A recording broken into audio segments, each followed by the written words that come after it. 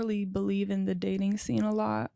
I believe that is really unfortunate that a lot of people have come to the conclusion that that's how you're going to ultimately find a husband. Only because I do believe that dating, in a sense, is preparing you for divorce, especially because a lot of people use dating to be intimate with people. Yeah, it's for hookup. Yeah, it is. I hate hookup culture, like with a passion. Like it's so bad out here. And I think that you can truly get to know somebody without that. I as a woman can show my interest without having sex with you, you know? But understanding and knowing how to direct that emotion is where emotional intelligence really plays a role and is extremely vital to a successful relationship. Because once you're able to sometimes even put your own feelings aside and understand that when you're not single, you're not thinking for just yourself. You're thinking for both parties. You're thinking for two people. Knowing that and understanding that, you know, two people need to understand that, you know, now I'm not thinking about me anymore. I'm thinking about the other person. And if as a man, you say, I can't talk to you and stuff like that, your woman is not being fulfilled because now she feels like she might not be able to come to you either. Like the whole passport bros and everything. Yeah. I'm not gonna lie, only because I'm here in America, I can't really tell a guy like, oh, the women are over there always, because at the end of the day, like, no matter if they're here or there, they're still gonna look for your wallet. And a lot of the Americans that go and fly over there end up literally like spending, you know, they only get there for the green card. A lot of the girls, they will look at you financially even more, and there is actually more because you have to pay certain wages to marry them. To If you cannot self-reflect, and that's a problem, and you don't even need to give yourself to somebody. You have to know yourself, love yourself to the point where you're not interested in relationship. That's when you can try to give yourself to somebody. But if you go into a relationship needing somebody, that's a problem. I'm saying this to especially ladies. If a guy tells you he needs you, run. Right. Because he's going to be a parasite. He'll be like, oh, where are you going? What you doing? Where you at? They just Why you not want to know texting me back? everything. That's a problem. The most important relationship is not interpersonal relationship. It is intrapersonal relationship. And most of the time, people don't focus on intrapersonal relationship. They think, oh, I'm having difficulty loving myself, so I just got to be in a relationship. Really? And you know you very well, and you know that there's some things that you cannot even stand with you cannot even stand with yourself, but you want someone to take care of that stuff. Man, it's a problem. It's deep. Yeah. I don't know if you want me to share it, but I mean, if you want to share it, I got time. Okay. I've actually never shared this on camera before, so it's good to be in the Wellness Blueprint. So let's go. So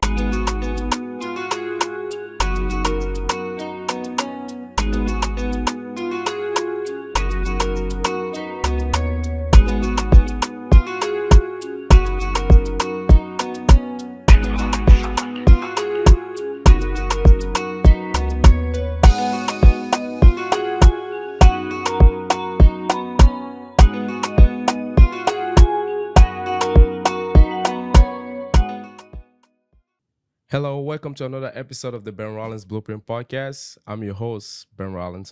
Today's going to be a great episode. I have a model in the house. She's not only a model, a social media influencer, and a podcast host, and a very beautiful lady at that too.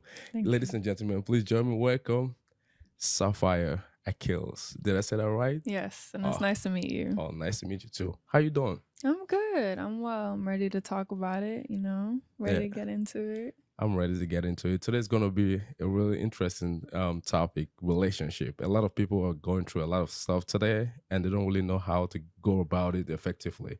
So we're going to hear my perspective and Sapphire's perspective as well. I'm really excited about today's episode. But before we get into that, Sapphire, I just want to kind of have a little background knowledge about you. Sure. So how was life like growing up, and where do you see yourself in the next 5 years? So growing up, I was definitely coming from a international background. I'm first generation American in my family.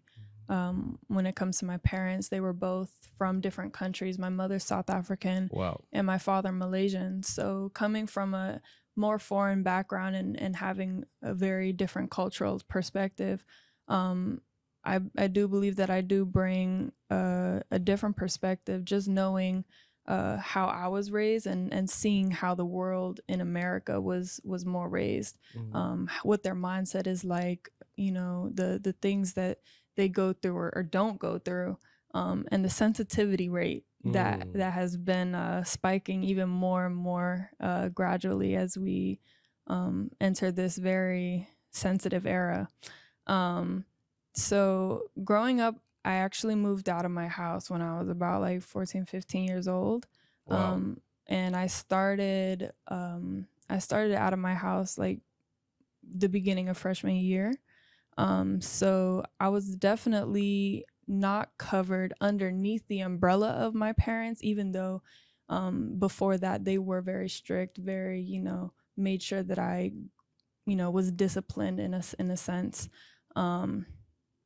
Yeah, their form of discipline is very different. You got the black and you got the Asian, so you already know I got what. Which is strict?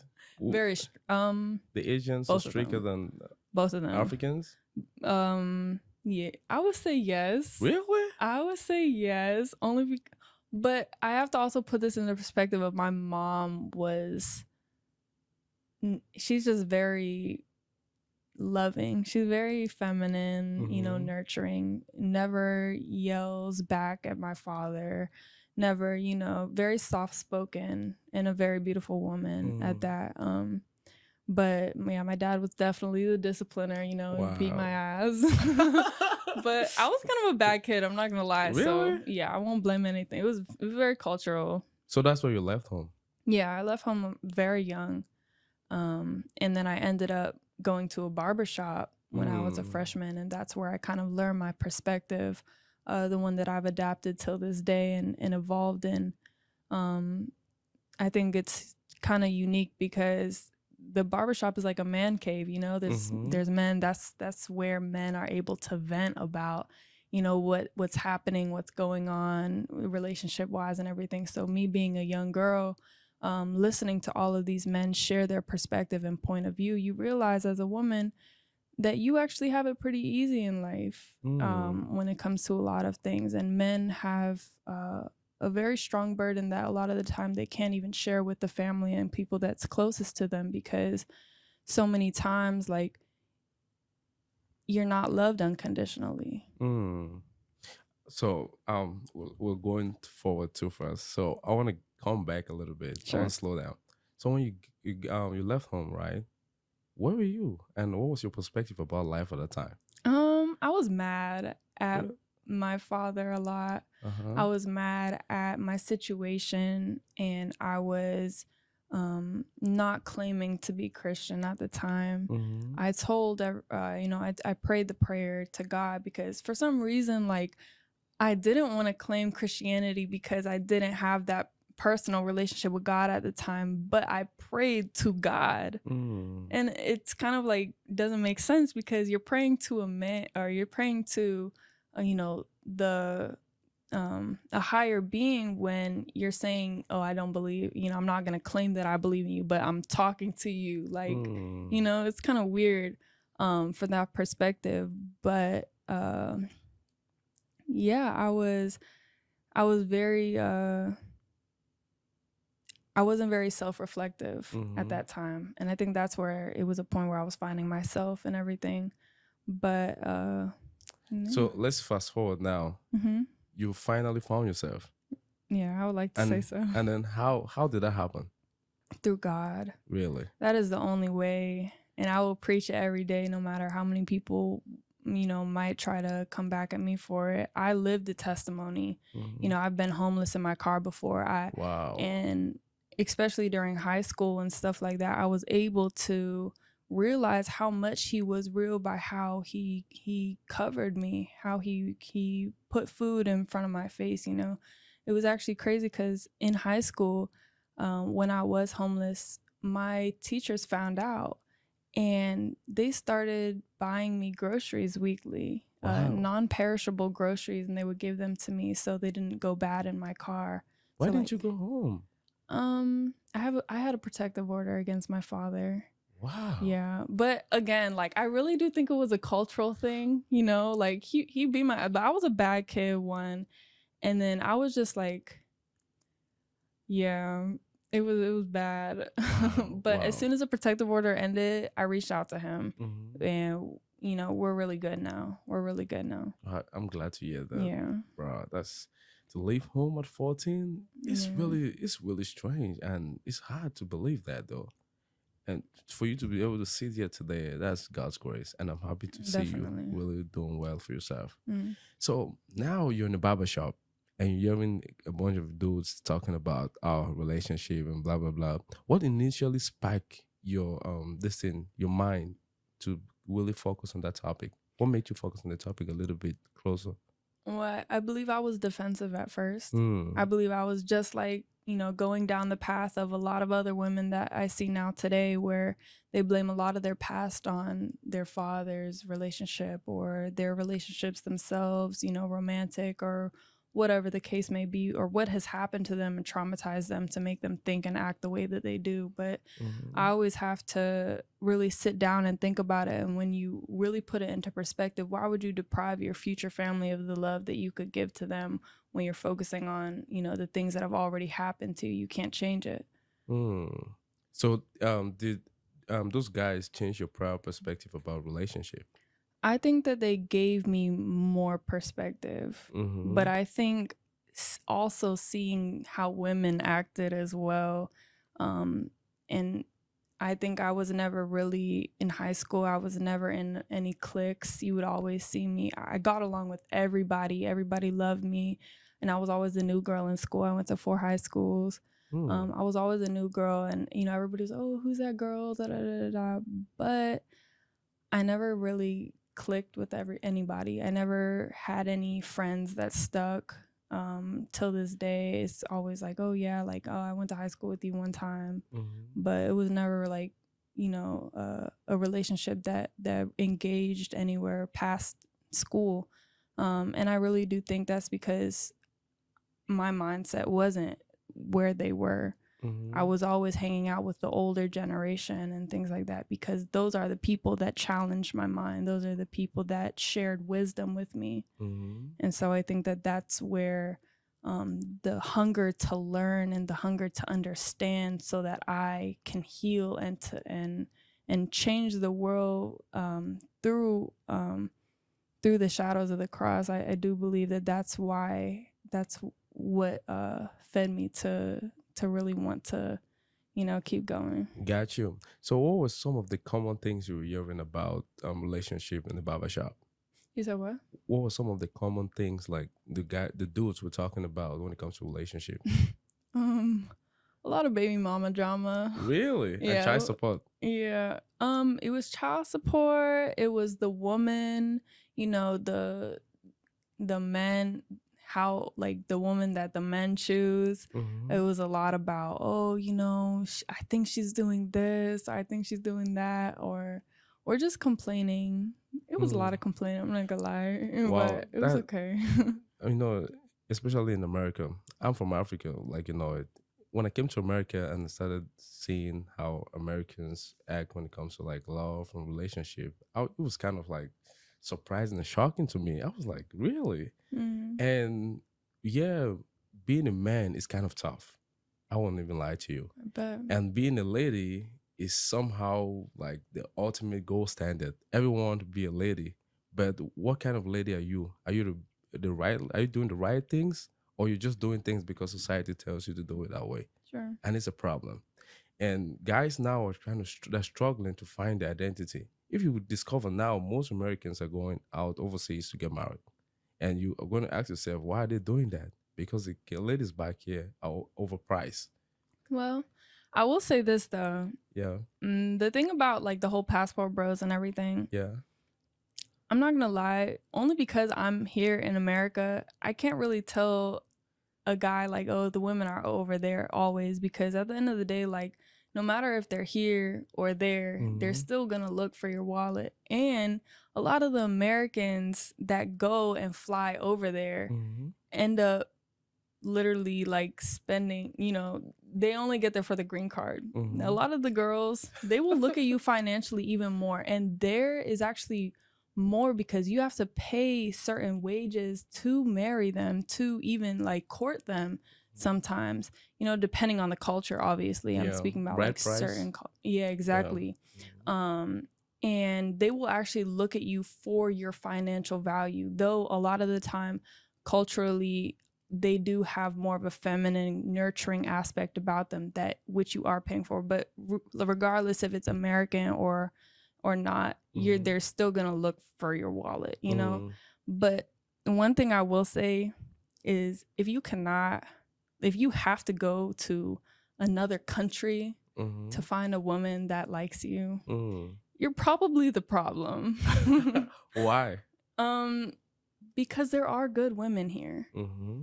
There are good women here, and I know that for a fact. I run into them, I've talked to them, and it's just most of them get married earlier. Mm. Most of them are already married now because you know they know what their value is, and men see that value, so they're Mm. going to get cuffed up way earlier than the modern women that a lot of men are looking forward to. And I'm not gonna lie, like one thing that I will say is, a lot of men like will complain about, if a woman's not doing this and not doing that and not fitting, a woman type standards. Leave those girls alone, first of all. Mm. Like, if you didn't meet them and they didn't fit what you need specifically in that particular moment in time, don't think that you could save her. Mm. Don't think that you could change her.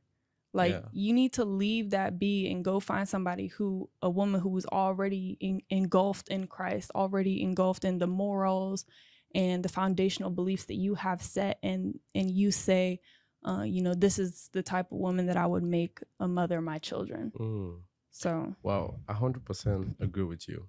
If you have to go out of the country to find a wife, mean you're the problem. Sometimes it's true, because like most of the times, what you attract, what you impress. You have to think about, what are you using to attract these ladies? Are you trying to get the flashy stuff? And people are right, not sincere. They don't come with their full fledged. They're just like, oh, I'm gonna keep myself, and then I'll reflect something that's gonna impress this lady. right, They want to get the most beautiful lady on the planet, mm-hmm, the girl with the makeup. She looks pretty every single time. They just have this picture on their mind. They just have this picture. And the thing is, what happens when she wash her face and there's no right, makeup on? right, Do you still like that picture? And that's when you start seeing this conflict now, conflict of interest. They don't really like what they see at the moment because they do not really love themselves. It right, has to come within. The most important relationship is not interpersonal relationship. It is intrapersonal mm, relationship. And most of the time, people don't focus on intrapersonal relationship. They think, oh, I'm having difficulty loving myself, so I just got to be in a relationship. mm, Really?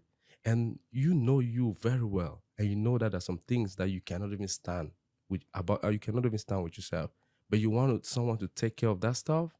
Man, it's a problem. right, And sometimes I'm going to say the guys have something to play. They have to understand that they got value, and not just let the ladies suppress them too much. You got to come, even if you don't have money, know that you got value. Just being a man is valuable. And you can just understanding that you have value is going to put you in a different dimension. right, And know your worth and believe that you can do something despite your financial situation.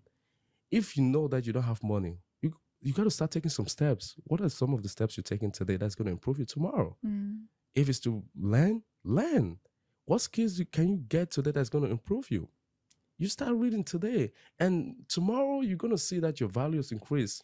If you keep on chasing ladies without even having value, tomorrow you're going to realize that the lady you want is going to get married to another guy. right, And that's a problem. But when you're valuable, man, you got options. yeah, right. And That's I think to add and piggyback to that, which I completely agree, mhm. I think to add to that is, a lot of people and a podcast that I've heard time and time again, they'll say a man's value is by the status and success that he brings to the table, right? And I completely disagree with that. I think that a lot of people never really say or mention that a man's value is really by his character and what he stands by, how he can lead a family, and what umbrella he serves under. You know, is he under the devil or is he under God? Yeah. I think that's what really brings value, and especially like people don't see that because they always think about what can you give me on this earth, not where can you get me into heaven, you know, or how we not get you. I think you should always like make sure you yourself are good with God. But you do need to make sure that two people are making sure that they have the vision, the same vision, for their kids' sake. Yeah. You know? Yeah, that's true. And I'm a Christian like you. And every time I want to think about relationship, I always remember, I just read the Bible, try to understand what God's idea about relationship is all about. And I realized that God did not create marriage. Marriage was not the first thing God created. It was a single individual because he had a plan. And he wanted that guy to know who he really is before he brought in a lady. So if you don't know yourself and you're giving yourself to somebody, there's already a problem and things might not work out. And if things don't work out, you got to step back to realize that, am I truly single? Can I take myself for lunch? Can I really sit down and have be at peace with myself? If you cannot self-reflect, and that's a problem, and you don't even need to give yourself to somebody. You have to know yourself, love yourself to the point where you're not interested in relationship. That's when you can try to give yourself to somebody. But if you go into a relationship needing somebody, that's a problem. I'm saying this to especially ladies. If a guy tells you he needs you, run. Right. Because he's going to be a parasite. He'll be like, oh, where are you going? What you doing? Where you at? They just Why you want not to know texting me back? everything. That's a problem. So you got to find someone who really loves themselves. And if you're doing something, they're going to try to invest in you, try to promote you. Like, hey, baby, what you doing? How can I help you? How can we grow together? If you're not growing, there's a problem. And you got to think about that. Most of the times, ladies are going, oh, he's so cute. He's so cute. So tall. He makes so much money. And you go meet a guy because he's so cute. Right. Now, after 2 weeks, you try to ask him for some money. He's like, I'm so broke. Like, and well, deuces. Now you just like, yeah, it's not bye. Good. Right. I got to find another person. Some ladies, when it comes to that situation, if you really like the person, you got to think about how can we grow together. Right. You have to first of all realize that does this guy have a future? And is he willing to grow? If he's not willing to grow, there's no need staying. But if he's willing to grow, have a conversation. You know, most guys don't really communicate. They don't really have time to talk. It's not because why not? They don't want to, but this thing is too much work and stuff like that. To talk? Yeah. Really? It's really difficult for between guys, they talk. But between a lady, their girlfriend, it's tough to have that like serious communication. And why do you think so? For me, I think like guys are really logical. They just want to get things solved. They don't want to go just being guys. They just want to stay at being guys. But a lady, you know, most of the times when a lady bring a problem to you, the lady want to communicate. They don't really want you to just solve it instantly. But a guy want to solve it and move on because he knows that there are other problems coming. And when communicating to a guy, they're not built for communication. They just feel like, oh, life was just about having fun and moving forward. Really? So you have to learn. Most guys got to learn how to communicate. Okay. And like I had a guy on the podcast, that was like a few months ago, and we're talking about this.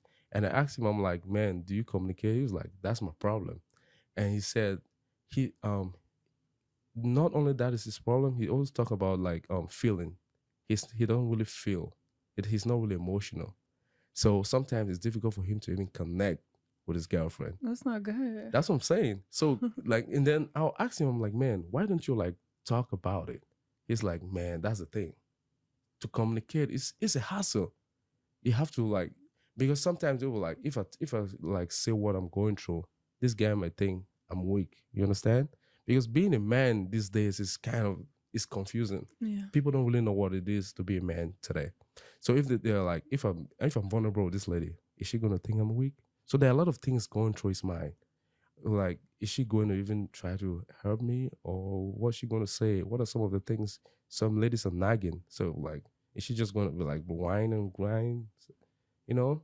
So being a man is kind of tough. So that's, in my opinion, that's why sometimes it's difficult for them to communicate Mm. to their ladies, and that's where problems most of the times happen occur, because the guys is just holding everything in, and one day everything just come burst out. Yeah. So what's your perspective about relationship? Do you think communication plays a major role in the problems that occur? I think yes. I think a lot of the time people aren't as transparent as they claim to be. Mm-hmm. Even sometimes I have difficulty sometimes truly explaining how I feel, especially when, as a woman, I know that, there's a surge of emotion going through me Mm-hmm. a lot of the time. But understanding and knowing how to direct that emotion is where emotional intelligence really plays a role and is extremely vital to a successful relationship. Mm-hmm. Because once you're able to sometimes even put your own feelings aside and understand that when you're not single, you're not thinking for just yourself. You're thinking for both parties. You're thinking for two people. Knowing that and understanding that, two people need to understand that, now I'm not thinking about me anymore. I'm thinking about the other person.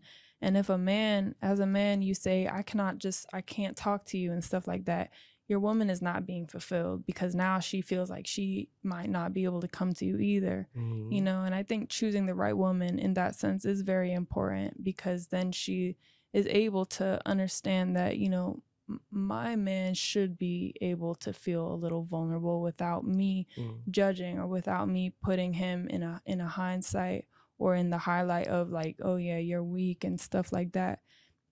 I'm not gonna lie though, in this era there are a lot of weak men nowadays, American generation, but that is because they have not disciplined themselves. They have a lot of things handed to them and they don't work for a lot of the things that they have nowadays. They do say what's it called, easy times create weak men. Mm-hmm. That goes for men and women, Yeah. obviously. But especially with the men in today's society, in the American generation, you see a lot of men being demasculated. Mm-hmm. And whether that be by society, by the single parent households that they grew up in, by environment, just in general, I do believe that it is more harder to come by men that truly know what it is to be a leader for a family, Mm-hmm. especially people that have grown up in two parent households. You see it less and less. But it is truly, that's why it's truly important for a man to have at least a father figure in his life Mm-hmm. at some point. Yeah, that's true. A father figure is really important. Most of the guys I spoke to recently that have problems in a relationship, and mostly people who don't really have a dad figure in their lives. Yeah. They will keep on saying that, bro. I wish I had my father, Mm. because there's a certain point when you get to in your life that you realize that you need somebody who has Mm. been through this same path, and he achieved some success in this trials and tribulation that you're going through. But when you're alone, you try to become adult before time. I'm talking about when you're kids growing up. Right. You try to become adult before time, and then all of a sudden the people who you believe that got your back, like your friends, are going to take you astray, All right. and then you Yeah. start doing something that you never envision yourself doing, and all of a sudden you're lost. Mm. And when you look back, you're like, bro, I wish I had a father in my life. But now that you're grown up, you got to take responsibility. Like, man, I did not have a dad, I did not have a mom, probably. And now what can I do to improve myself? I got to take responsibility now, moving forward, Yeah. to try to become a better person. Work on yourself, become valuable. Because once you're valuable, the world is going to be at your doorstep. But if you're not, it's going to be a problem. All of the ladies are going to try to avoid you to find somebody who is well to do. Yeah. Uh, Mm-hmm. You want to say something? I was gonna say I will kind of go back on you said when you said the world is gonna be on your doorstep. I don't think that that's the point. Really? Yeah, only to say that you cannot expect to be honored by the world where your God was crucified. I don't want to be loved by the world. I want to be set apart from the world. I don't want the world to love me. And if cancel culture wants to cancel me, so be it. Because at the end of the day, like, it only takes one time to get it right in a marriage. You know, you only need one person that has that same vision. So I understand that value and character is super important, but the more value, true value and character that you have, it's actually crazy because the less likely you will be loved by the world and by the people that are in it. But I believe that no matter how the world hates you, you always have some people who love you. Of course. There's always like you always have a fan You base. should. Yeah. That's how life is. And now the world is moving towards a direction where we never envisioned the world to move towards. Now it's all about like if someone says something that's contrary to popular belief, the person got to be canceled. Yeah. And that's a problem. That's a problem. Now guys are like, should I say what I feel is right? Right. They're scared to talk. And now a lot of people, I'm going to talk about Andrew Tate because he's one of the most controversial figures on the planet right now. And if you listen to what he says about like manhood, the underlying message is actually accurate. It's true. I believe that. How about you? With Andrew Tate, I'm not like super educated in him because obviously I've never talked to him before. Yeah. So I haven't been able to, because a lot of times social media does have an agenda to push only the bad things, and I do believe that in some way there's a lot of rage bait that has been put out there. But a lot of the things that he said that I've kind of tried to go deeper into what he really thinks, I think a lot of it is true. I think a lot of the times, you know, especially what he was talking about, what we were discussing earlier about the emotional intelligence and being able to have to listen to your wife because that is part of being in a relationship. You know, you don't like men, you like women. So you need to cater to that woman how she needs, just as women need to cater to their man in the way that he needs. But I think that the majority of what he's trying to teach is that sometimes roles are good. And sometimes, you know, it's not a dictatorship. It's a partnership. Yeah. And in order for there to be a partnership, you need to be able to work together accordingly. And two captains cannot steer a ship.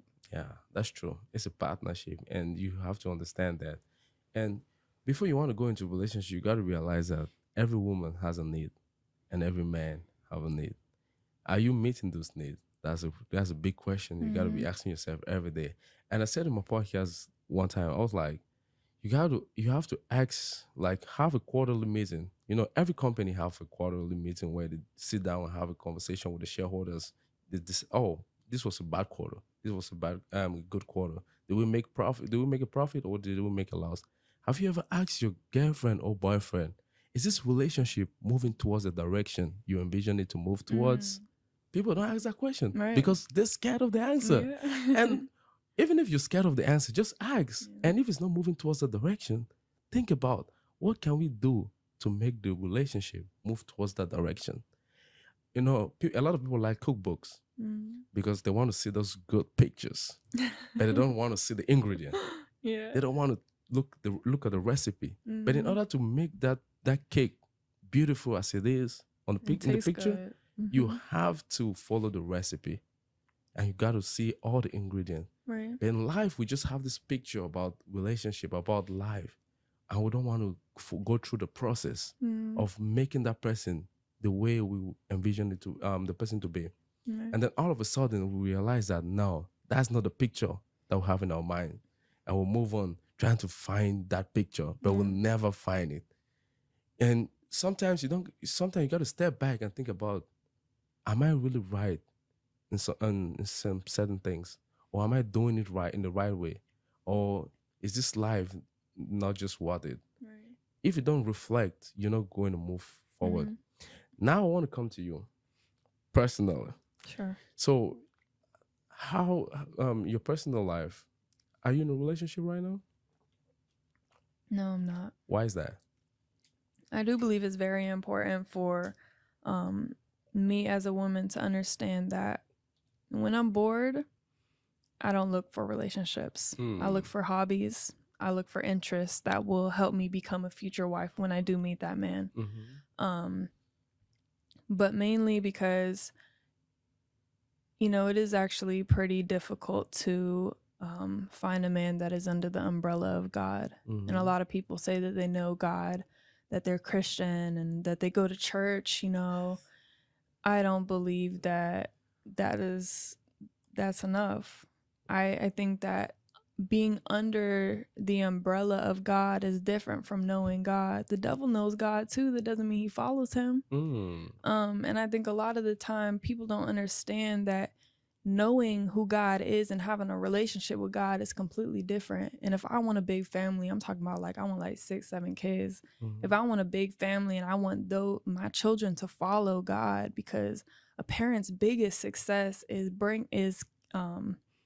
teaching your child in the ways that he should go, so that when he grows up he will not depart.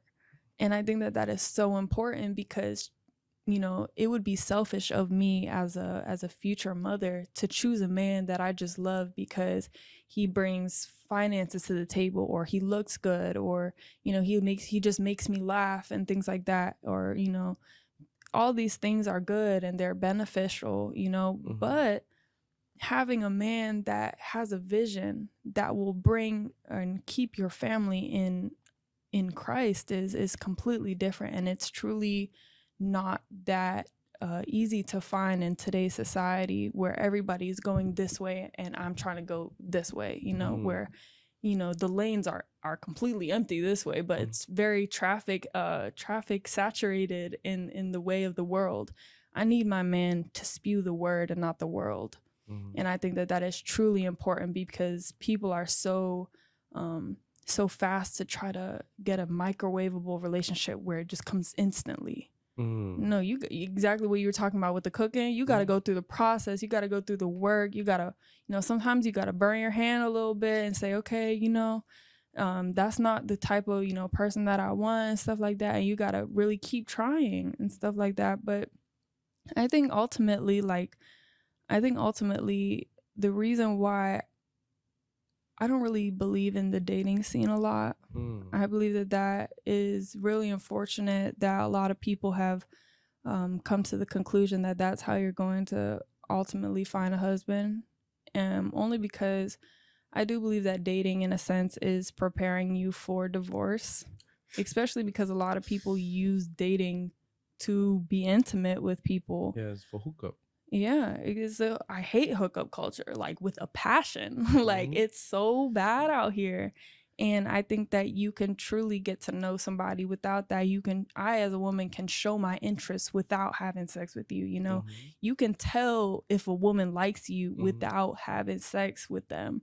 Like there's so many things that you could still be intimate with. There's massages, there's cooking, like there's putting your time for that person above everybody else. There's so many different factors and ways, and people are always like, oh, I'm not. I heard my friend say this the other day, which kind of caught me a little bit off guard. I had to stop them for a second. She was like, I'm not gonna open my legs and stuff the first date and everything, but I'm gonna shave down there just in case. I'm like, if you don't, I'm about to give you a black eye right now. Like, what is wrong with you? What? Yeah, it was absolutely crazy. I was like, okay, we're just gonna stop right here. Don't go to there until we have this conversation, because you have to understand that you as a woman, you hold so much value that you're choosing to let go. Once you do that, a lot of the times, if I'm like naturally, a man is going to be turned off by that.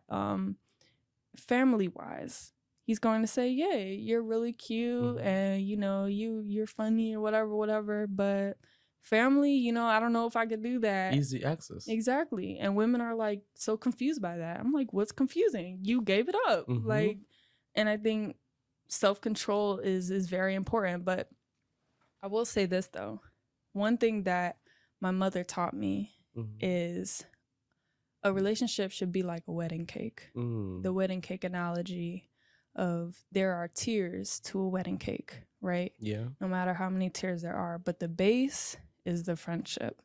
That is where you get to know that person, and that is where the dating comes, or the dating process comes, where you're able to not just see what he can do or what she can do for you, but what you guys are able to vet out, you know, the hard questions that you need to ask them, the things that you need to filter out, you know, you know, talk about debt, talk about, you know, your history, talk about, you know, what your beliefs are, how you're going to raise your children, what day do you plan on your children going to church, you know, on that day. Me, I'm Seventh-day Adventist, so I go to church on Saturdays. A lot of people do not. But that's also one thing that I have to ask people, because if a man goes to church on Sunday, now I have to ask the question, well, if we have kids, what day is our children going? Because Sunday.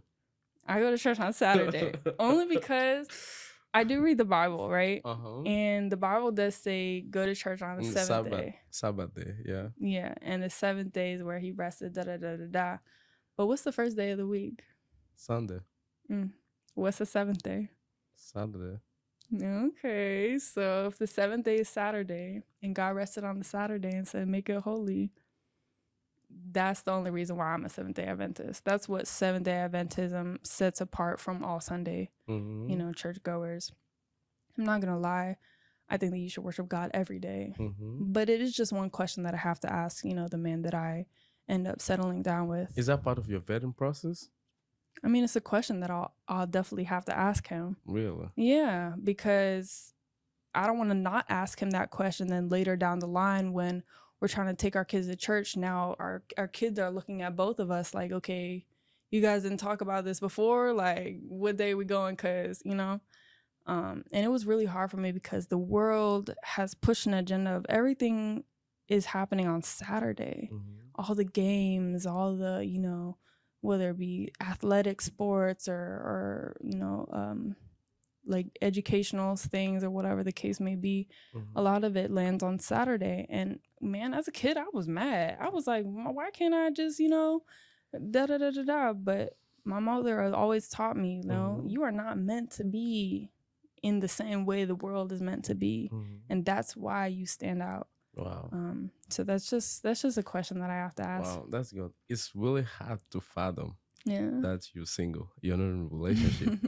You got over 180,000 followers, and no one is reaching out? Not all options are good options. Really? But yeah, they are, you know, I will say there's a very good eligible person. Candidate. Yes. Congratulations to him. Wow, that's good. Yeah, but I will say that you know, the vetting process needs to continue. So how long is the vetting process? I think the vetting process is till we're married. Whoa. Yeah. Cause I think that sometimes, you know, you can't put a time limit on God. I think that sometimes God will show you now or God will show you later, but either way, you need to be ready to take the answer. But are you gonna date before marriage, or you just gonna keep vetting until you get married? I think it should be kind of the same thing. I think courtship is like, I think the same thing. I think the only problem that I have with the word dating is a lot of people try to be very fast with their intimate life, you know? And I'm not for that. Yeah, but I think the vetting process is just asking those hard questions way before as a young person, because a lot of people will talk about what they've learned, but they're already like 35, 40, 50 years old, and they've already experienced all of that. I want to learn that early when I'm 20 years old, because I'm 20 right now. And I just want to make sure. What? Yeah.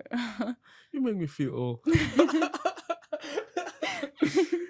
And I'm only 23. God. Oh yeah, you're definitely not old. You got a long way to go. God damn. But a lot of women don't have that perspective now because they don't want to be responsible now. And I think that as somebody who can see where that can get you, that is not the way to go. You need to learn now. You need to ask married men and women questions now to understand what works and what doesn't. And as a woman, that is super important, because the way that a woman truly, I believe, will, be or have a successful relationship with her man is when two givers always try to outplease each other. Like, I'm always trying to outplease you as you are trying to outplease me. And I think that that is so, so important. Wow. Yeah. Just hearing your age, I'm kind of shocked a little bit. But what I'm going to say is you're on the right path. To hear somebody at 20 saying stuff like this is, I mean, it's hard to find people like you, honestly. Like when kids are growing up, when they're 20, they're just thinking about party, fun. They don't really think about life principles.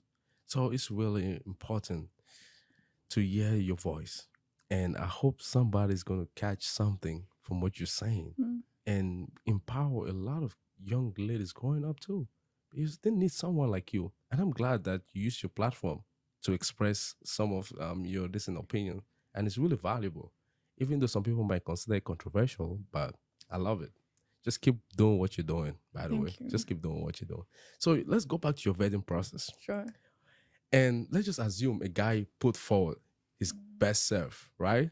And you guys get married. And then you find out that he was not the one. What are you going to do? Damn. Well, he has to be, because the only way we're getting out of the marriage is infidelity or death. Oh, really? But, it depends what he does. I feel like sometimes you have to go through that few years of hardship in marriage. Maybe even some marriages go years without even like trying to even talk to each other. So you think you can do that? I have to. Yeah, it's not about thinking. It's kind of like, well, we're here now, so unless you cheat on me, I can't go anywhere. But I might, sleep on the couch sometimes. Wow.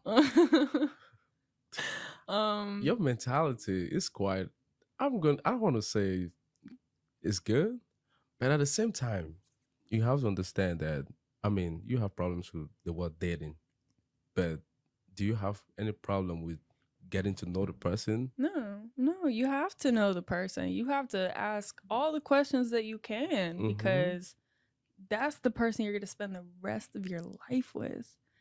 And if it's going to be one person, I want to make sure that that one person is good for everybody. I want to make sure that that one person is going to treat my mother good, treat my father good, and treat my family good, be very respectful and things like that.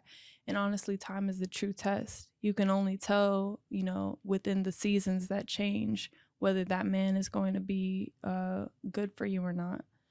Which brings me back to this question. Have you ever been in a relationship? Yeah, I've been in 2. How was it? It was good. Both of them were, well, for my age, they were fairly long term. The first one, I kind of grew up with him in the church. So it lasted for years. But then the second one lasted for about 3.5 years. Wow. Yeah. For 20 years? I know.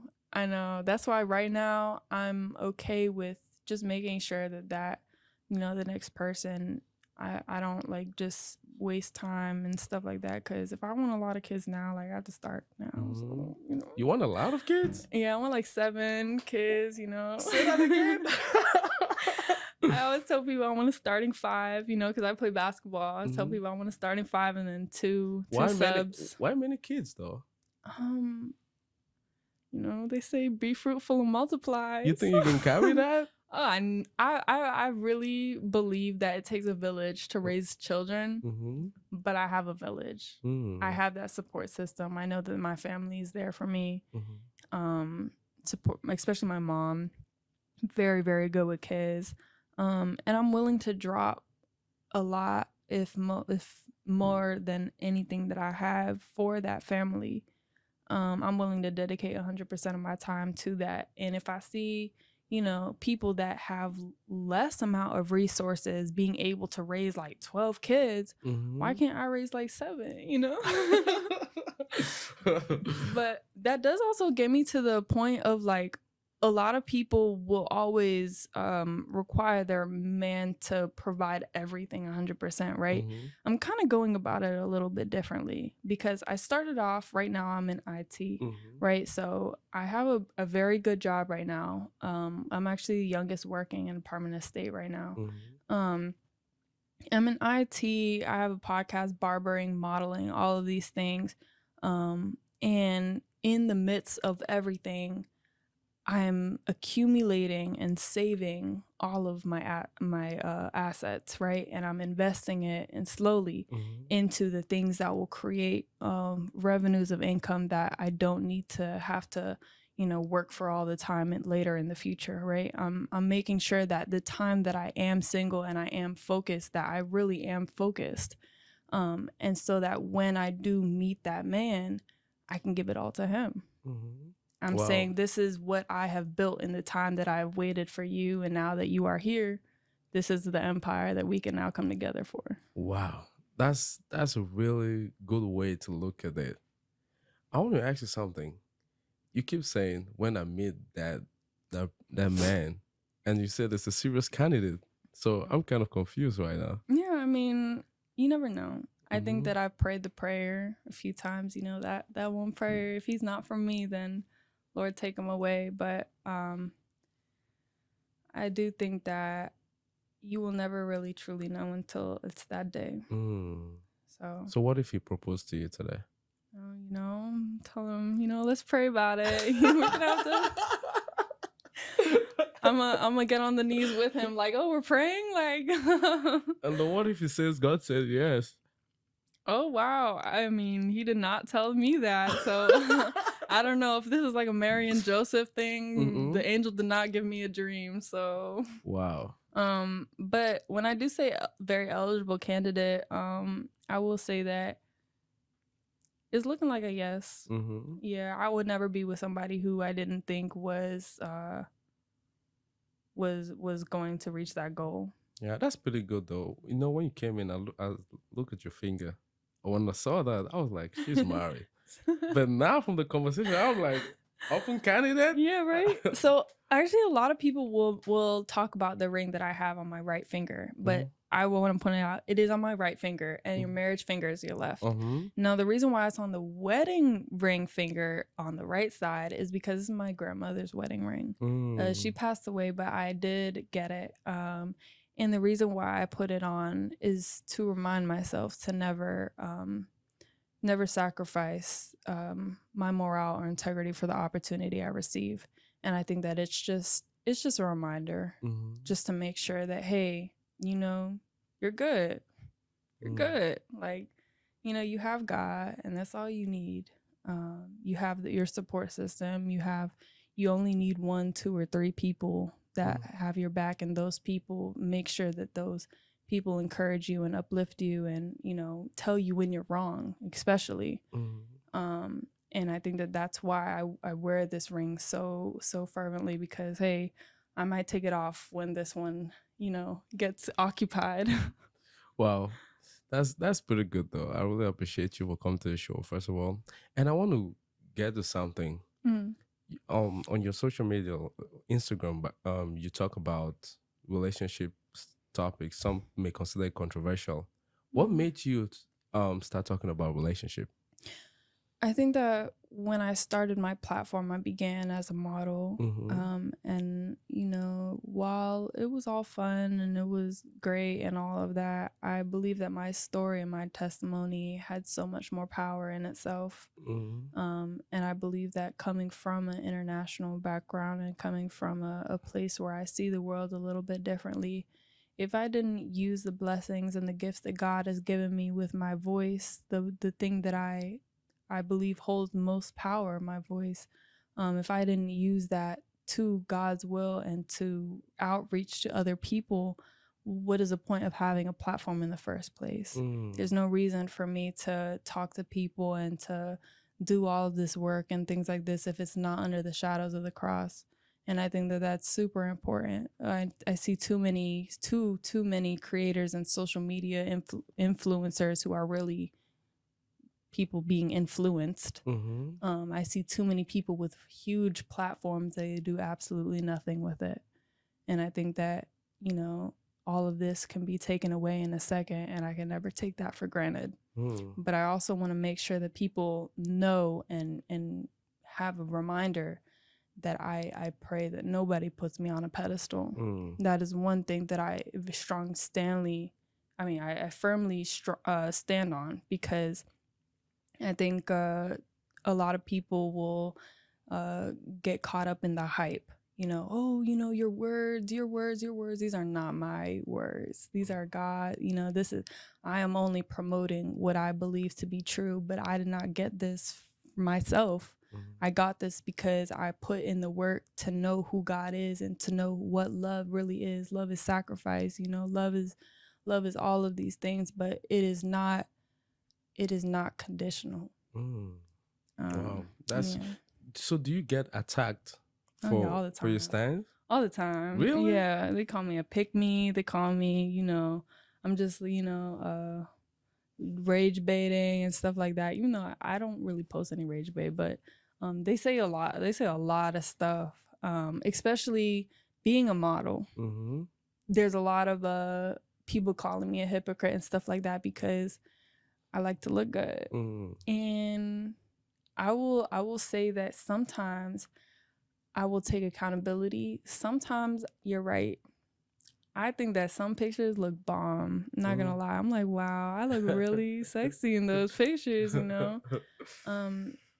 But I do try to keep in mind that if I'm not comfortable with my mother looking at this and showing it off to her friends, that I should not be posting it. Because I used to try to block her. So is your mom comfortable? All your Now pages? she is. Now she's good. But if she ever had a problem with it, because the industry tries you every day. Every day they will try to exploit more and more and more. But there's a time and place for everything. If I'm posting something in a bathing suit and stuff like that, it has to be near water. You know, things like that. I'm not just gonna show up in no clothing in a studio just like, oh yeah, like, you know, let's just, you know. But there's just so much things to talk about when it comes to that stuff, because I do see people's perspective sometimes. And there actually have been a time where this person had DM'd me privately like, hey, I know you talk about, you know, trying to respect, you know, yourself and your future husband and all of these things, but what about this picture? And I really did, like, I was zooming in on that picture and I was like, okay, instead of being defensive, I'm gonna listen to him. And I'm gonna say, you know what, maybe I see your point of view and I see that it's not exactly something that needs to be promoted for what, you know? And I took it down. I took accountability and I say, hey, like, I understand your perspective and I appreciate you for, you know, being that transparent with me and not like coming for me in a hateful way, but, you know, opening my mind to, hey, maybe this isn't the best post to showcase on social media. Wow, that's pretty touching, you know, to really listen to people who are watching or listening to you speak. Sometimes the feedback is really important. Yeah, you might be saying something. Because I don't do it all right. Yeah, I that's promise. true. Everyone make mistakes. Even I myself, I do make a lot of mistakes, and you got to hold yourself accountable. Definitely. There are a lot of people listening, and they want to improve their lives. And if they hear you saying something that is not really right, and they confine you, listen. You have to listen. Yeah, probably you're making some wrong moves, and you will readjust, and you never know. Right. So that's life. And I'm coming back to you. You said something about modeling. I and some people watching, they have a little they have some perception about modeling. Have someone ever tried to take advantage of you? Every day. Really? All the time. Is that how the industry is bad? Oh, the industry is more than bad. Wow.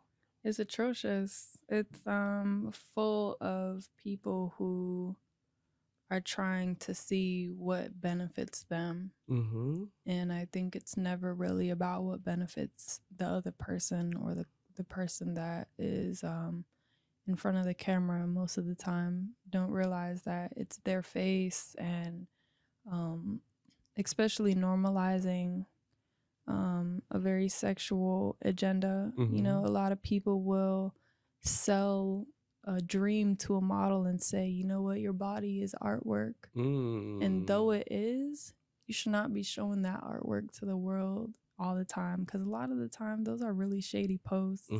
I've seen a lot of people just, you know, even when I was younger, I remember my mom got on me, by the way. She was so mad because when I was younger, I did this one photo shoot, and this photographer talked me out of doing this kind of boudoir shoot. It wasn't like naked or anything, but it was like me that was wrapped around a bunch of cloth, right? And you couldn't see anything, but it was the intention behind it, you know? And though I couldn't understand my mother's perspective then, I was like, you're just mad, you know, you're just da-da-da-da. You're just, you know, you don't want to, you know, let me succeed. All the excuses, you know, 13, 14-year-old child could have given you. But looking back at it now, I'm glad she made me take it down. I'm glad she made me, you know, she disciplined me in a way, because too many parents are scared to lose a friendship with their child when it shouldn't be a friendship in the first place. It needs to be, hey, this is the one person as a parent. These are the one or two people that steer a child in the right direction through all the people that are trying to make her something she shouldn't be. And I think that that's where I applaud my mom all the most, because she knew how to dictate a friendship from you know, I'm not your friend, you know. Wow. And then how do you grow in the industry, in an industry where a lot of people are trying to take advantage of you? Because people don't understand that respect is far more valuable than lustful eyes. When I am able to share my voice and my perspective on things, there are a lot of opportunities that fall away, but those are not and never will be opportunities that I would invite if they're not meant for me. And there are so many like Under Armour and DTLR and so many things and people that see, you know, and work with me, you know, big brands that have come into, you know, fruition that I was able to work with and get paid for. But I think that knowing and understanding that not all opportunities are good opportunities, and the things and the doors that are meant to be open for you will open. I don't have to squeeze through cracks and climb through windows and all of these things in order to get where I want to be. Now, it takes hard work, but if it's not meant for me, I'm not going to try to open the door, you know, and keep trying to open that door. Because at the end of the day, like, if I do the wrong thing, that's my name. That's my face. Yeah. And that is the one thing that nobody could take away from me. That's true. So I'm not going to give anybody ammunition purposefully to, you know, to drag my name in the dirt. I'm not doing that. So educate an average Joe like me. How do you guys make money? Models? Yeah. Well, it depends if they have an agency or not. Yeah, so I don't have an agency. I have way too many things to do right now. But a lot of agencies will get paid through what they give you or the work that they give you. So if I, as an agency, I hire you for a runway, right? And it pays like $1,000. I'm going to take like 10-15% of it because I booked you. Right. And you get paid for, you know, all of these things and upping your portfolio and stuff like that. Me as a freelance, network is net worth. So shaking hands is a lot more valuable. But I put myself in positions, which I encourage a lot of other people to do, to bring the value and to know how to promote yourself in a way that is beneficial to other parties. I started photography when I started my podcast. So now that I do photography and modeling, I can now become a middleman and say, if a brand needs this and these many models, I can now get a pool of models to work for him and get paid to be the middleman, even if I'm not available or things like that. Now, bringing value is something that a lot of people don't like to work around the business aspect of things because they just want like microwavable success. They want it fast and they want it now. And it takes time to build a community like this.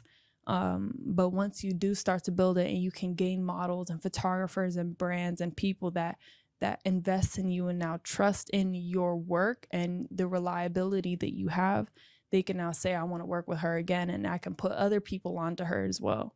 And those are the people that you want. I don't want people that I don't respect in my circle. So I'm not going to try to be pressed over opportunities. There are plenty of really, really big opportunities that have fallen short and have gone through the holes. And, you know, sometimes I'd be like, dang, like they have presented it to me like a once in a lifetime thing. But a few months later, a few weeks later, even a few days later, sometimes it's like, I got an even better and bigger opportunity. I didn't need them the way that they sold it to me. They say, oh, you know, you this is not going to come again, da da da da da. But that's because they see your potential and they see that, you know, if you don't sign with them now, they're not going to have that kind of chance later. Wow, I love your perspective on a lot of things. I want to come back. You said something about promoting yourself. Now you have like over 180,000 followers. How did you get to that point? Engagement, like reels, staying consistent, hard work. A lot of people would say, you know, you're just pretty, da da da da da. But there have been days where I have just cried because I'm coming off of a 12.5-hour shift and I'm getting right into the studio to try to work for 3-4 hours, and then I'm editing it, and then, you know, my computer crashes, and then I just have to start all over. And by that time I have to, you know, I get like 3 hours of sleep to wake up to the next 12.5-hour shift. I'm still trying to cook for, you know, me and my housemates, and I'm still trying to clean. I'm still trying to brush my teeth and actually get rest. And I'm not going to lie, like it's a lot, especially being a one-man job right now. I don't have a team when it comes to helping me edit and helping me do all of these things. I don't have that. And so right now I'm really just relying on the strength of God to help me push through. But if I'm so young and I have that energy, why not put it into that? You know, why not sacrifice those few hours to make sure that the next 40, 50 years of your life are smooth? That's pretty impressive. So you were consistent, posting every single day? No, absolutely not. I was not consistent at all. Sometimes I would go weeks without posting. And then how did the 180,000 followers come about? How long did it take you to get to that point? About 6 months. 6 months? Yeah. That's pretty impressive. Thank you. Like a lot of people, I've been doing podcasts for 6 months now. I've not even gotten 1/4 of the following you got. So there must be something I'm doing wrong. Tell me. Well, I think I'm not going to deny the fact that being a woman does help. I will not deny that, because, you know, me denying that would be like me just not addressing some elephant in the room, because people are always going to be attracted to things that they find attractive. Yeah. And a beautiful lady. And majority of my following are the male audience. Yeah, that's true. So I will say that does help in my line of work when it comes to podcasting. But I will say that it's a certain type of thing that you need to follow, because understanding, and for all creators, I guess, need to understand that knowing that the audience attention span is super short, about 3 seconds before they scroll. Yeah. So you have to make sure that those first 3 seconds are the 3 seconds that's going to make them wonder what is coming next.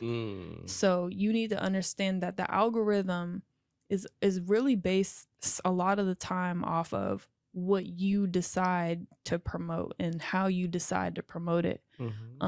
Knowing that the audience attention is very small is a very good thing. And a lot of people like to, if they get good content, they like to post everything, right? But my rule of thumb is, if I have a minute, say for example, if I have a minute of good content, I'm only going to share the highlighted parts. And sometimes that could be like, if it's a reel, that could be like, I have a minute worth of content, but I'm only going to share 15 seconds of it. Yeah. And I think that is a very, very good thing to keep in mind, because a lot of people who are creating content want to just post everything because they think that's more views and stuff like that. that's not going to work. You need to Mm. understand that the shorter, honestly, sometimes is the better, because now you can, your content is engageable and it can be related to. You have to either make the content in a relating way, a humorous way, or something like that, but just something to attract the audience to you. What if you're doing all that, but you're not growing? Um, Then it's not for you. Maybe. Or maybe you just need to break through those barriers. Uh-huh. And again, network is net worth. So working with people who have that following and believe in your work as well is very important, Yeah. because now those people are able to promote you as well, and you can build off of that as well. That's very important. What you Yes. just said there is really true, because you see, like when I started this podcast, I did not have anybody. But from the networking, like trying to network with people, and the people were leading me to like was Dre who connected us together. Mm-hmm. That's what I'm saying. Like, if you don't have a good network, people are not going to really know who you are. Exactly. But if you have a good network, they're going to try to like promote you. Like, hey, I believe in this guy. Maybe you should talk with this person. Maybe you should talk with that person. And that's how life goes on. So I really like your perspective. And we've talked about relationship. We've talked about um kind of modeling, business. Now we're talking about content creation. And I want to stay in content creation because a lot of people are trying to move towards this direction. This is a content economy right now. Everyone want to be a content creator. So if there's one advice you can give to anybody watching or listening to this podcast episode about creating content, what would that be?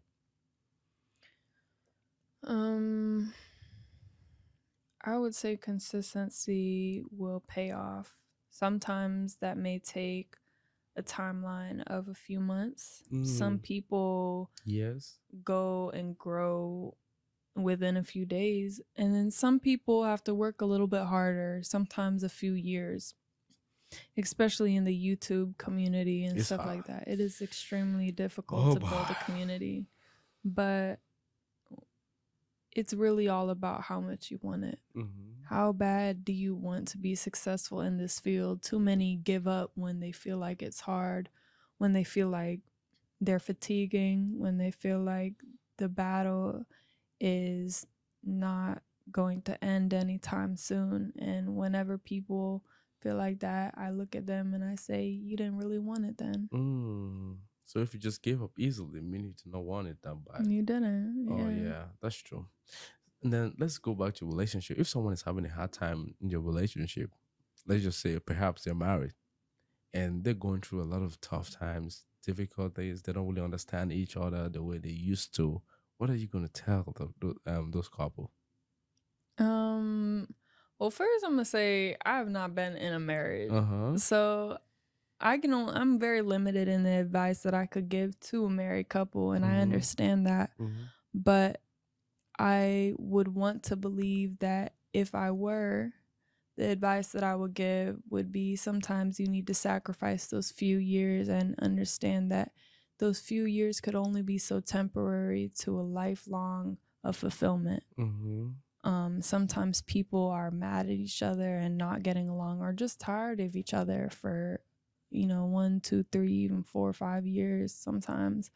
But then after that, it could be blissful. It could be amazing, and that could be sometimes your test to your testimony. What does it take to attract the right man? What does it take to attract the right man? I think that as a woman, from a woman's perspective, it takes a lot of understanding. Men are pretty simplistic, I believe.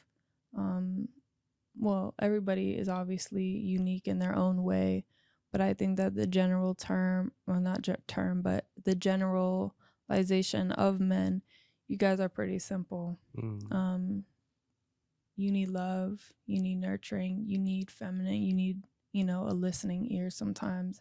And sometimes you also need a woman that will be able to take, your BS. Because sometimes you know, men can be very sensitive too. Yeah. If even from an internal standpoint, you know, very men are actually, I've noticed men are actually very emotional, no matter how much they say. But I will say it Really? like this though, they just don't express it like women. Men want to be emotional so much, but that's what makes them a good leader. And I won't say emotional as in not logical, because that's not what I'm talking about. I'm talking about emotional as in if somebody were to try to hurt your wife, I you're understand. gonna Yeah, I get the angle. exactly. And so it's not a negative term. You guys are very passionate about who you love and how you love. But knowing and understanding that, I think that a good woman needs to understand that men and women love differently. And that, you know, a lot of times women would think that men think like women, while women are a lot more intricate and complicated in that relationship perspective. Sometimes we just expect you to read our mind. Sometimes we, you know, just require a lot more attention and time. But I think it just all just falls under the umbrella of we need to understand that as a man, you need certain things catered to you, and my job is to go above and beyond that. My job is to make sure that, you know, the mother to your kids, as I am, is going to, you're going to be proud of me. You're going to say, that's my wife, and I would not choose anybody else. Wow. So do you believe in the 50-50 arrangement? No. Really? No, I don't. So you believe the man is the leader? No, the man should always be the leader. Unless it's like for a woman's niche. Like say if I'm expertise in a certain area, maybe you could let me handle those projects because I'm more educated in those areas. And I think that that's completely okay. But when it comes to the overall umbrella, the man should be the leader, and make the overall decisions that a lot of the family makes. Who should pay for it? Who should pay for the date?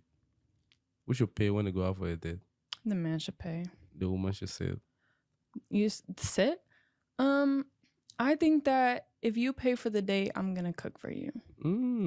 I think that that is different, and I think that in a way, a woman is putting more effort in than the man, because a man will take you out and pay for a bill. But if I go out and buy groceries and then put the time in the process of cooking It tastes better and serving for you, it tastes better and it's more intimate because you know that I put that work in. Yeah. So again, like when it comes to especially the first time date, I do believe a man should pay for the first date. 100%. Did you just say ladies should learn how to cook? So ladies, please learn how to cook. Yeah, definitely. Because the gateway to a man's head is through his stomach. Yeah. Once you eat good food, you're like, damn, this is a good candidate already. But if it's only McDonald's and KFC, bruh, I'm gonna find someone else. That's just my opinion. Right. So we're closing now. I have two questions for you before we end the show. If there was one experience that you could take away, remove from all the experiences in life, what would it be? I don't think anything. Why? Because it wouldn't make me who I am today. I feel like that's such a cliche answer, but it's a good answer, actually. Yeah, I don't think I could take away anything. Yeah, it's a good answer.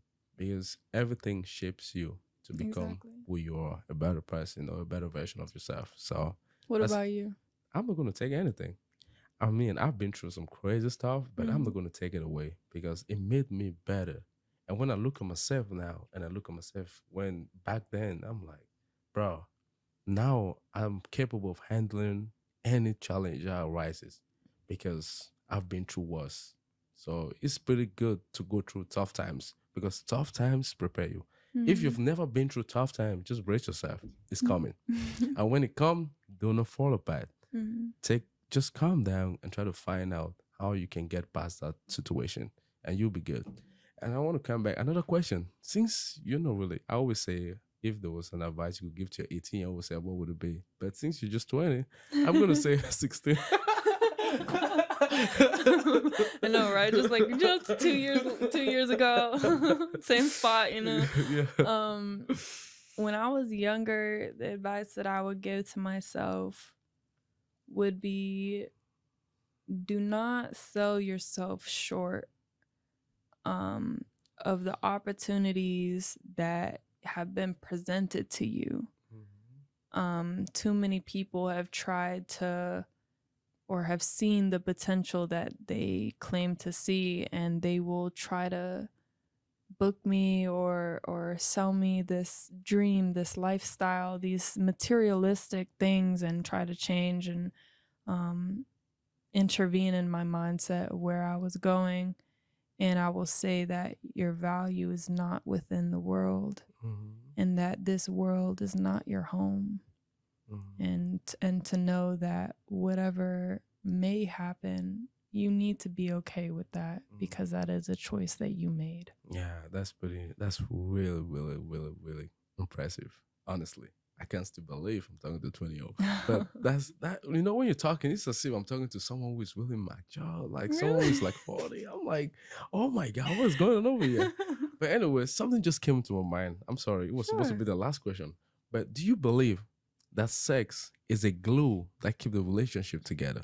I think that marriage is man-made, and I think that sex is marriage. I think that being one with a person is marriage ultimately. So I think that, you know, contractual marriage is different from covenantal marriage. Contractual marriage is more of the financial part and all of these things, where covenantal marriage is not, you know, is not a relationship between you and the other person and the government. It's now between you and the other person and God. And I think that that's as close to a polygamous marriage as I will get. So you three people. So what I'm trying to get is, you believe in sex after marriage? I would like to say that, but I can't say I'm a virgin. Yeah. I think the main thing that I would like to talk to women about is, when you are educated, then you need to change. You cannot blame, or not blame, but you cannot keep, like, you can't change your past, you know? Yeah, that's true. Yeah, I'll say, unfortunately, I'm not a virgin, but I do have a little bit of a unique experience. Yeah. And it's deep. Yeah. I don't know if you want me to share it, but I mean, if you want to share it, I got time. Okay. I've actually never shared this on camera before. So it's good to be in the last blueprint. So let's go. So like I told you, I didn't really have like a good relationship with my father at first, right? When I was a lot younger. But I went to basketball a lot for my outlet. And in the sense of, you know, just trying to, you know, work out and stuff like that. But my basketball coach was the person that sometimes I vented to and things like that. But I do believe that he saw in me not somebody who was calling for help, but somebody he could take advantage of. And by 11 to 13 years old, he took my virginity. Whoa. Yeah, you know. But yeah, it was really, really bad, because you'd think that somebody like that would blame men the rest of their life for the things that have happened. My mother always told me that your flower is something that you should never just give away. And having it like taken from me was really hard. And there were certain points where I just couldn't show my face anywhere, because I would just break down. And the fact that he was so connected within the schools, he was on the news and things like that, because he went to jail for not just me, but other women as well. Oh my God. Other little girls. He was actually the head athletic director of an organization. I won't call it out on camera, but it was an organization for athletic things. So, you know, like a lot of the time before the barbershop and stuff, I would be very angry and, you know, try to go down the same path that a lot of women have gone to now. A lot of women will say, you know, it's because of this person and this exception and all of these things, but they can't really tell me a lot of excuses, because I've been through a lot as well. Wow. So I could tell them, okay, me too. Oh my God. But I'm not going to deprive my future family of the love that I could give them if I can heal today. I'm so sorry to hear that. Honestly, I was not expecting that.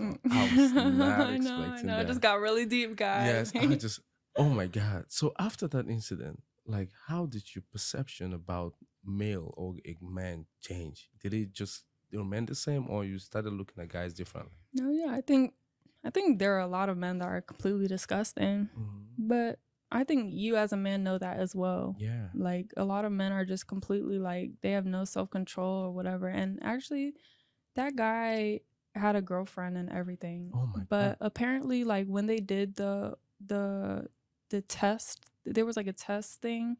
He was actually kind of mentally off a little bit. So I think that that's probably why I don't know exactly the full story of what happened, but he was locked up and everything after that. And it was actually crazy because surprisingly, when we went to go testify years later against the trial and whatever, the women or the girls that also went through it, they were crying, screaming, cursing him to hell and whatever like that, right? But when I went up there, I looked at him and I told him that I forgive him and that, you know, there are a lot of things that that somebody could do to somebody else that could hurt them in a lifelong, you know, statement. But it is really all about maybe he was the reason why I'm here now and that I can help other women, because now I'm able to share certain experiences that a lot of other people who will try to help women go through, because I've been there. Yeah, that's powerful. That is powerful. Oh my God. I cannot believe or just imagine a young kid going through what you went through. That's tough. How are you feeling? I'm feeling great now, you know. But back then, how were you feeling? I was feeling hurt. I was feeling disgusted. I was feeling like, you know, I was about to be on that wave of like, you know, niggas ain't shit. But Did you ever confide in anybody? Yeah, it was actually mandatory for me to go to therapy, even though therapists that are government mandated or what government where like the government like makes you go to therapy and stuff, those therapists are absolutely awful. Like some of them don't even know my name. I was like, yeah, next. And then another person, like horrible experience. But that was actually the time where I had the protective order of my dad too. So my vision of men was just like, I don't know what to do, how to think of men.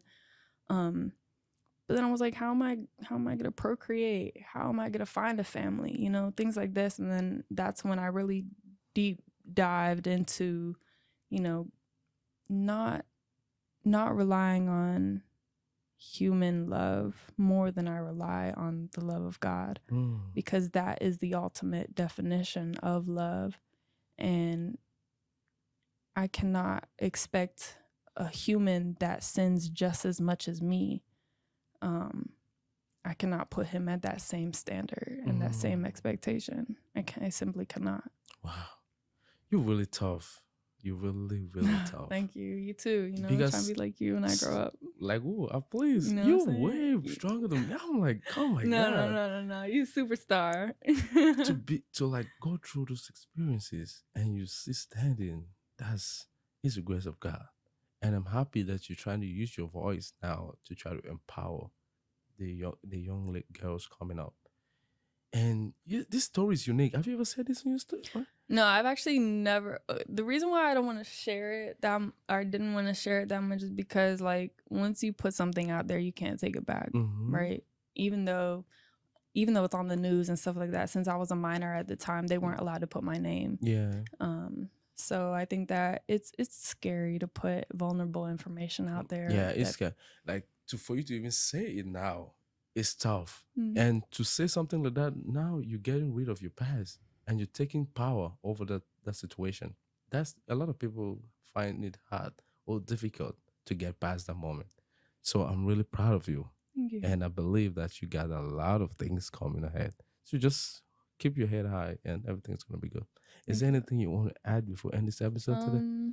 You you are a good person to, like, have these conversations with. I applaud you, and I will say that congrats, first of all, on your journey and the growth that is to come, Thank you. because I definitely will say that we need more good and respectful people on platforms, and I do hope to see you up there with me. Hopefully, I'm going to get to your level one day. Nah, Who I'm trying believe to be that? like you. Oh, thank you very much for coming today. It's been an absolute pleasure to have you Always. today. I will thank you very much. Hey guys, there you have it. Unfortunately, this episode came to an end. If you want to see Sapphire again, just write in the comment section. I'm gonna try to get her. She's so busy, but we're gonna see some. We're gonna see what we can do. Thank you very much for everything you do, and please do us a favor: like this video, share it with your friends, and subscribe to our channel if you're just joining us for the first time. See you in the next episode. Thank you. Ben Rollins' blueprint comes to an end. See you in the next episode. Bye bye.